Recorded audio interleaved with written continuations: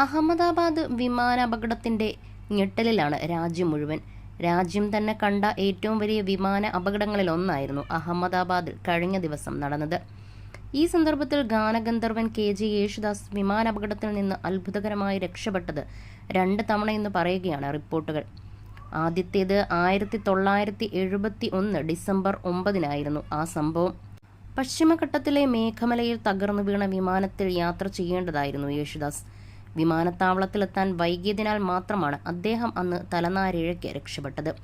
കൊച്ചിയിൽ നിന്നും തിരുവനന്തപുരത്തേക്ക് ആദ്യ യാത്ര നടത്തിയ ആവറോ വിമാനം തുടർന്ന് മധുരയിലേക്ക് പറക്കുമ്പോഴാണ് തകർന്നു വീണത്. തിരുക്കൊച്ചിയിലെ ആരോഗ്യമന്ത്രിയായിരുന്ന കോൺഗ്രസ് നേതാവ് G. ചന്ദ്രശേഖര പിള്ള ഉൾപ്പെടെ 20 പേരായിരുന്നു അന്ന് ആ അപകടത്തിൽ മരിച്ചത്. 1978 ഒക്ടോബർ 13 രണ്ടാമത്തെ സംഭവം.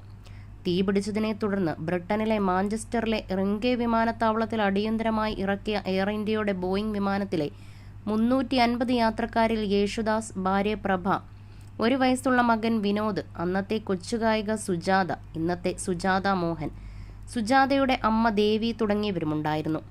കാനഡയിലും ന്യൂയോർക്കിലും സംഗീത പരിപാടികൾ നടത്തിയ ശേഷം ലണ്ടൻ വഴി ന്യൂഡൽഹിയിലേക്ക് മടങ്ങിയ യേശുദാസിന്റെ സംഘത്തിൽ 6 ഗായകരും അന്നുണ്ടായിരുന്നു.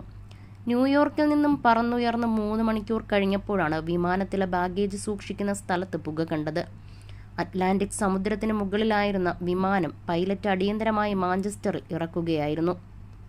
അതേസമയം അമേരിക്കയിൽ ഡാലസിനടുത്തുള്ള ലാൻഡാന എന്ന ചെറിയ നഗരത്തിൽ സ്വച്ഛമായി ജീവിക്കുകയാണ് ഇപ്പോൾ ഗാനഗന്ധർവൻ യേശുദാസ്.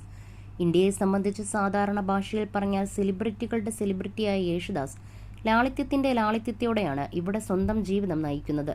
എന്തെങ്കിലും അത്യാവശ്യ സാഹചര്യങ്ങളിൽ മാത്രമാണ് ഇപ്പോൾ അദ്ദേഹം നാട്ടിലേക്ക് വരിക. അവിടെ ഭാര്യ പ്രഭയോടൊപ്പം വിശ്രമ ജീവിതം നയിക്കുകയാണ് യേശുദാസ്.